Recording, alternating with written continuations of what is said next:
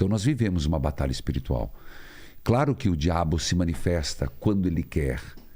Por exemplo, existem casos que existem possessões, que aí é preciso um exorcismo. Até eu escrevi um livro,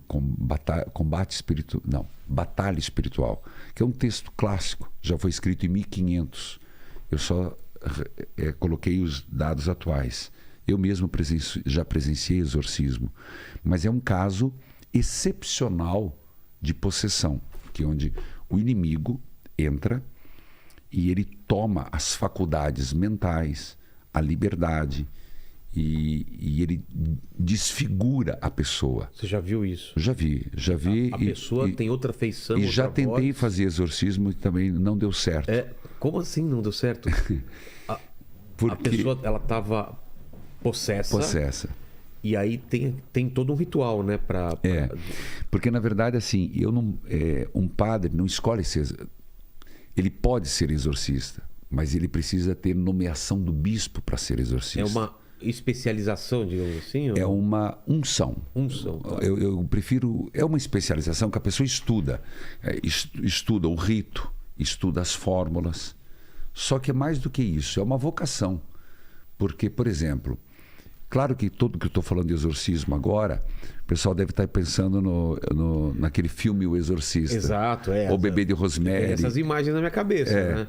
É um pouco parecido. Rodando a cabeça, andando de trás para frente. É um pouco parecido. Um filme... Deus me livre, cara. Deus... Né, Lene? Já pensou? Você é doido. O filme que eu recomendo, assim, que representa muito da realidade, é O Ritual. É um filme... Cara, eu acho que eu vi esse filme. É um na floresta? Não, é um padre lá da Itália. É um padre da Itália. Não, tem um que é O Ritual. O Ritual, acho que é que vão os amigos pra floresta e tem uma seita meio demoníaca lá. Não, esse eu não vi. Esse não é. Eu não vejo filme de terror. Esse filme Ritual, acho que é aquele com o mesmo ator que fez o Hannibal. Exatamente. Eu esqueci o nome. Dá uma olhada dele depois aí na internet. Esse eu indico como que é ele o representa muito bem o que é o ritual. Mas é assim, um padre normal, vamos dizer. Que nunca fez um exorcismo. Para ser exorcista. Tá. Aí você estuda, então por isso que eu te falei, a preparação. Aí você faz uma preparação e começa a desenvolver com outro padre que já foi exorcista. Aí o bispo te nomeia. Ele nomeia um padre. Então ele é nomeado para ser exorcista. Entendi. Esse padre tem que estar muito em dia com a sua confissão, muito em dia, como todo padre, né? Mas às vezes a gente dá uma pisadinha na bola, Isso né? tem que ser mais ainda. É como se a gente colocar uma metáfora de batalha, ele tem que estar com a armadura toda completa nele. Exato. Por quê? Porque quando vai fazer o exorcismo, o diabo mostra. Ele fala, você não confessou. Eu sei dos teus pecados. Você fez tal coisa, tal dia. Então, inclusive, teve um curso recentemente em Roma para os padres exorcistas. Eu não fiz, mas eu sei quem foi. Então, toda a diocese, então nós estamos em São Paulo. Então, Dom Odilo, que é o cardeal aqui, deve ter nomeado 1 ou 2 padres, acredito que pelo número, mais que um padre exorcista. Eu sou de Curitiba. Lá nós temos 2 padres nomeados exorcistas. Então, quando a gente fala dessa possessão, por exemplo, aconteceu comigo. Eu estava... Quantos anos você tinha? Não faz muito tempo, não. No máximo uns 7 anos atrás. Eu estava com a bênção com o Santíssimo. O que é bênção com o Santíssimo? Para quem pode ser que esteja nos escutando. Nós acreditamos, católicos, que, diferentemente dos luteranos, os luteranos fazem até a ceia do pão. Sim. Mas eles acreditam na presença real de Jesus naquela hora. Terminada aquela ceia, os evangélicos também, aquele pão já não é mais Jesus, é só durante. Entendi. Nós, da Igreja Católica, desde o Concílio de Trento, quando eu falo concílio, quer dizer, quando foi tornado regra, mas isso desde Nosso Senhor Jesus Cristo, na instituição da Eucaristia. Nós acreditamos na Eucaristia durante e depois. Então, durante a missa, as hóstias são consagradas. Estou falando difícil demais? Não. Eu tenho que perguntar pro Paquito, que não manja nada. Não, tá entendendo? Tá, porque eu não quero usar termos teológicos, técnicos, né? Na hora da consagração, o padre faz a imposição das mãos e consagra o pão para nós, vira carne de Jesus, o vinho vira sangue de Jesus. É consumido na mesa, é consumido na Assembleia, mas tem as sobras. Fora da Igreja Católica, existe a ceia, mas aquelas sobras não contém mais a presença real de Jesus. Para nós temos. Então ela vai para o sacrário. Toda igreja tem aquele sacrário, onde tem aquela luzinha vermelha que fica acesa. Sacrário, tabernáculo e tal. O que é a adoração do Santíssimo? Nós pegamos a hóstia maior, colocamos numa custódia. Eu nunca entendi porque o padre tinha uma hóstia grande, até ficava dando mais um. Por que o padre tem aquela hóstia grande e a gente porque ele tem direito, porque ele é guloso, né? Ele é guloso. Não. Aquilo é para fracionar e para mostrar. Tá. Mas uma hóstia parecida com aquela é colocada num ostensório. Ostensório é ostensório, ostentar, no bom sentido da palavra. Que tipo não é uma cruz dourada que fica no meio, isso, eu já vi. Que é usado para uma continuidade, um desdobramento da missa, que é a adoração de Jesus Eucarístico. Tá. Então, a gente faz muitas celebrações com isso. Eu, toda quinta-feira à noite, toda quinta, às 19 horas, eu faço uma adoração, milhares de pessoas, né? Pelo YouTube, inclusive. Mas, naquele dia eu estava e passei. Quando eu passei, a moça fez... Eu escutei, voltei. Lene, aí... mulher faz um negócio desse. Eu já tô a uma quadra de distância. Aí eu voltei. E era um dia que era de cura e libertação. Muito forte. Batendo nessa cura e libertação. Libertação do maligno, libertação dos pensamentos suicidas, libertação da feitiçaria. Que é onde se manifesta bastante. Exato, onde o inimigo toma. Porque... Bom, vou continuar. Depois me lembra de falar das brechas. Tá bom. Porque o inimigo aproveita brechas. E nesse caso, a menina deu aquele... E eu voltei. E ela começou a se contorcer. Uma menina, uma jovem. E aí, eu falei assim... Aguarde. Porque eu estava ao vivo pela televisão. Tá. Eu não ia expor aquilo, não ia pegar bem. Parece sensacionalismo. E eu tenho muito medo disso. Fui, terminei e chamei ela para a capela. A hora que chegamos na capela, rapaz, eu simplesmente fui conversar. Quando eu comecei a conversar, e ela começou a rodopiar. Ela era uma menina baixa assim, meia fortinha, mas ela rodava. Aí os... Assim? Assim. Tá. 4 homens. E eles devem, porque são muito parceiro meu, eles devem estar assistindo essa live. Segurando ela? Segurando. Prenderam. E eu subi em cima. Nisso me veio o rito. E eu estava estudando. Você já sabia? Veio o rito. Daí do exorcismo. É português. Em português. Mas o de profundis é latim. Tá. Das profundezas, Senhor, a vós eu clamo, Senhor, escutai o meu apelo. Vai manifestar no Paquito, segura ele aí. Né? Aí ela se levantou e falou: você não é exorcista. Ela te... Você não é exorcista, você não tem poder sobre mim. E com uma voz diferente. Totalmente diferente. Urrava, espumava. Nisso, e a equipe toda vendo. O filho, o irmãozinho dela, desse tamanho. Eu falei: leva ele para não ver isso. Ele falou: eu vejo isso toda noite. Putz, ela se manifestava isso toda noite. O corpo dela todo marcado. Alguém olhando, parecia que ela se mutilava. Foi quando eu interagi naquela hora e falei assim: em nome de Jesus eu peço, saia dela. Ou dê uma trégua. Eu não sou exorcista. Eu não sou exorcista. Mas eu te peço 24 horas. E ela deu urros. E o que eu estou te contando, estou contando para você. Já contei para o Danilo Gentili. Mas escrevi num livro. Mas esse é fato que eu senti. Rapaz, eu arrepiava. Foi um contato assim que aquilo Mas um cheiro ruim, uma voz cadavérica, voz realmente deturpada, uma voz de homem, rouca, e aquela baba caindo assim. Ela... Quando você falou isso? Aí, naquela noite, entrei em contato com o padre exorcista, o padre Jorge, exorcista, atendeu. Só que você tem que entender que quando é um caso desse, não é de uma só vez.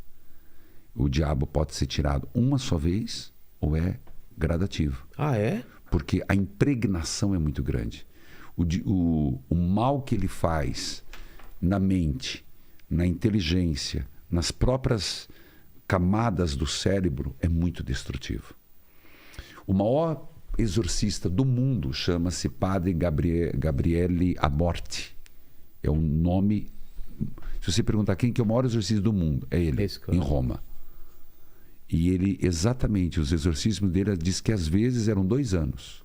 O quê? Para tirar totalmente? Para tirar totalmente. Porque era mais de um demônio ou porque é um demônio que não quer sair? Um demônio que não quer sair são mais que às vezes é uma legião. Então, por isso que na Bíblia tem aquela passagem do legião, que ele joga para os porcos, né? Jesus. E o perigo, né? Que Nosso Senhor diz, cuidado, você deixa o interior aberto, limpa a casa e deixa vazia, ele vai, chama mais 7 e volta o estrago é pior. Por quê? Porque não adianta deixar a casa limpa e vazia. Eu sempre falo com uma pessoa que vai se converter. Ela se converte e ela tem que entrar plenamente com Jesus Cristo. Você tem que limpar a casa. Você tem que se encher de Deus, de Espírito Santo. Para não ter espaço... Para volta, para reincidência. Porque senão não adianta nada. Tira e volta pior. Volta pior. Esse é bíblico. Só que as pessoas engraçadas... E esse padre fala disso que o Padre Amorte fala, que os livros clássicos dele. Ele fazia o exorcismo e às vezes voltava pior porque a pessoa não ocupou aquela casa. Não ocupou a casa.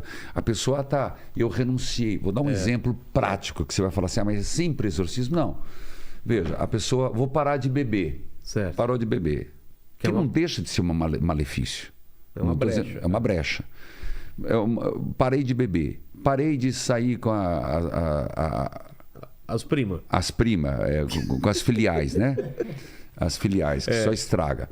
Mas não preencheu com nada. Ele não preencheu com uma mudança com uma construção, uma atitude pró-ativa, não refez os laços com a esposa, não intensificou o carinho, não se voltou para a família, não voltou para a igreja, não intensificou a oração, ele vai cair de novo. E provavelmente pior. Provavelmente pior. E o inimigo aproveita isso. Essa menina foi atendida, ela é minha coroinha hoje. Pelo outro padre. E precisa de ver como a vida transformada. Mas ele falou como foi? Ele tirou... Aí eu não posso. Aí é particular. Mas foi isso foi um caso comigo. Mas desse livro, desse italiano que você falou... Gabriele Amorti. Ele fala de... O máximo foi 2 anos para tirar totalmente? 2 anos. E às vezes é instantâneo. Por exemplo, São João Paulo II, ninguém conta essa história. Por quê? 1984, ano 2000, 1980 ele recebeu o tiro, 81. 80 ele teve aqui. João de Deus. João de Deus. 80. Então, se eu não estiver errado, 80 ele teve aqui, 81 ele recebeu o tiro. Em 84 ele estava no Vaticano. E entrou uma mulher com o padre, e essa mulher se torcia, se batia, xingava, e o padre não sabia o que fazer. Papa São João Paulo II foi, impôs as mãos, rezou, a mulher simplesmente caiu da escada e foi plenamente exorcizada. Então, são coisas que é da tradição da Igreja Católica, que não são ditas, mas o inimigo faz a festa quando a pessoa deixa brechas. Lembra que eu falei das brechas? Eu sou muito devoto de São Bento.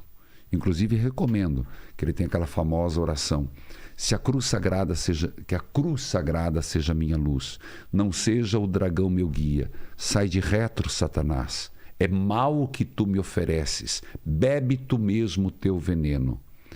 Ele fez essa oração a partir de 2 experiências dele. Primeira, porque ele era um homem reformador. E tentaram matá-lo 2 vezes, dentro da igreja. A primeira vez ofereceram um vinho cheio de veneno. A hora que ele foi tomar, quebrou. A taça quebrou. Segundo, fizeram um pão envenenado. A hora que ele foi comer, um pássaro, um corvo, passou e levou o pão. Então, ele sofreu muito tentativas do mal. Então, ele fez essa oração. E ele dizia que nós, seres comuns, olhássemos para as casas. Se você tem uma goteira e você tem uma rachadura, a chuva vai entrar por aquele buraco e vai estragar toda a estrutura da casa. Exato.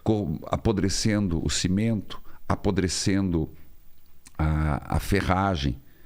O inimigo, ele vai pegando pequenos buracos na minha vida, na tua vida, brechas que nós vamos deixando, e o inimigo vai entrando e vai estragando todo o alicerce. O inimigo faz isso na nossa vida. A gente não pensa. Um site pornográfico, eu vou levar para o casamento para dar uma esquentadinha na relação. Tá bom, como diz as pessoas, padre. E eu comecei a aceitar. Mas depois o meu marido quis fazer comigo o que a gente via nos vídeos pornô. Eu falei, tá aí, ó. Não quero ser moralista. Ela me falou. Deixou a brecha.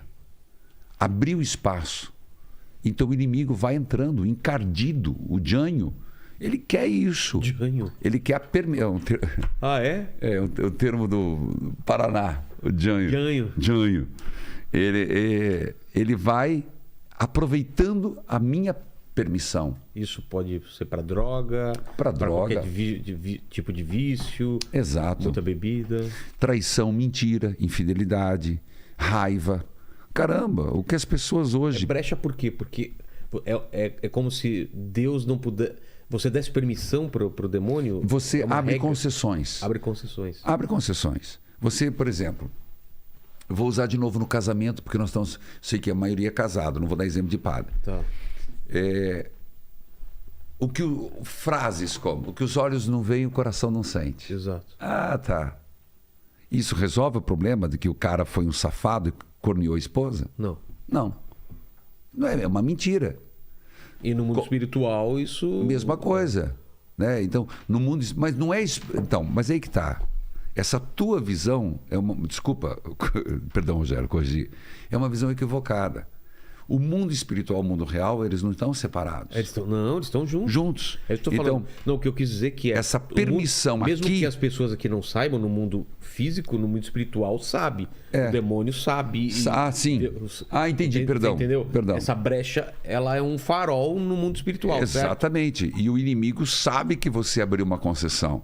E ele aproveita dessa fresta, como dessa a gente já brecha. Viu, como em filmes que a gente vê, baseados em fatos reais, que o demônio começa a apontar, né? Falar, você traiu, você é mentiroso. Ele sabe as falhas de quem está tentando fazer o exorcismo. Exato. Né? Por isso que aí o padre, um padre exorcista, além de querer, ele tem que ser autorizado pela igreja e ele tem que levar uma vida muito séria, de confissão, de comunhão, de penitência.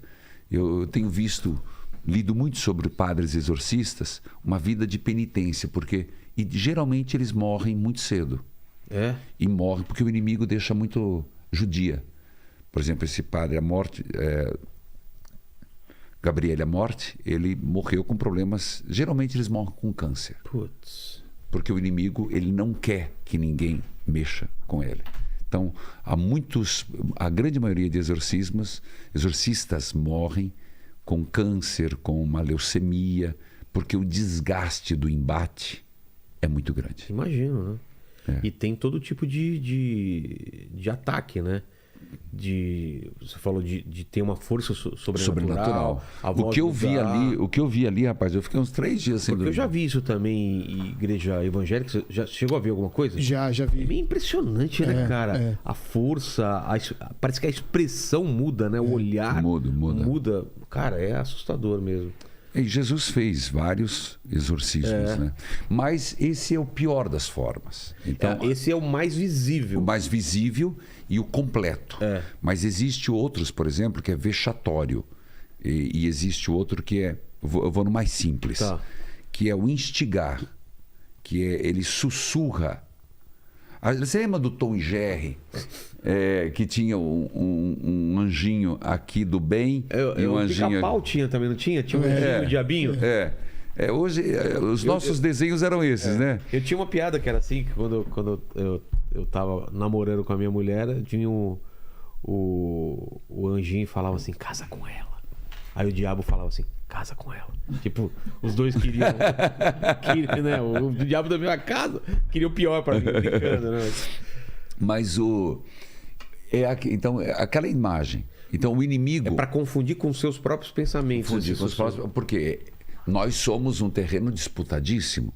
Nosso Senhor já morreu na cruz por nós. Ele já pagou um altíssimo preço, que foi dar a vida por nós. Mas o inimigo sabe que nós temos a chamada liberdade. Então, ele quer que a única coisa que eu tenho, eu dê a ele, a minha alma. Então, fulano fez o pacto com o diabo. Sim. Existe gente. Eu conheço pessoas que fizeram pacto com o diabo. E vale esse pacto? Ele está entregando a alma mesmo? Eu não sei qual o preço que ele vai pagar, porque eu ainda não passei por lá de lá. Mas que vai pagar, vai pagar. Coisa vai. Que existe pacto. Existe pacto realmente. E existe ganho material com isso? O diabo pode realmente te dar uma riqueza, te dar uma fama? Pode. O diabo, vou te responder. Quem é o diabo? Um dos anjos, Lúcifer, que era o preferido de Deus, luciferário, Lúcifer. Estrela da manhã? Que segurava a tocha da luz. Sei. Luciferário. O portador da luz. Portador da luz. E que ele se rebelou contra Deus. E não esqueça, ele foi derrubado no inferno, mas ele não perdeu a inteligência angelical. Então, ele é inteligentíssimo. Então, ele não perdendo a inteligência angelical, ele sabe nos ludibriar, ele sabe nos enganar. Tanto que nosso Senhor vai dizer que toda mentira tem um pai, e é o diabo. Então, por isso que nós somos... Papa Francisco, a quem tenho muita admiração, diz assim: o único que pôde discutir com o diabo foi Jesus Cristo e venceu. Ele é um jesuíta. Então, que jesuíta foi criado nas armas espirituais. Os jesuítas foram criados nas batalhas espirituais.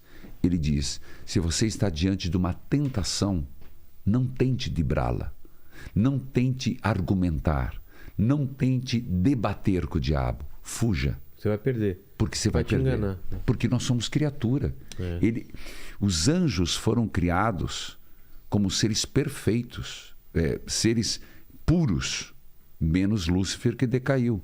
Então eles são melhores do que nós, na inteligência, na vontade e tudo mais. Então é uma área que a gente não deve ir. Só tem um caminho diante de uma tentação: corte. Está no trabalho. Uma pessoa começou a arrastar a asa para você. Qual que é o teu telefone? Só vou dar um número. Besteira! Um padre está lá na sacristia, vem uma mulher lá toda fogosa.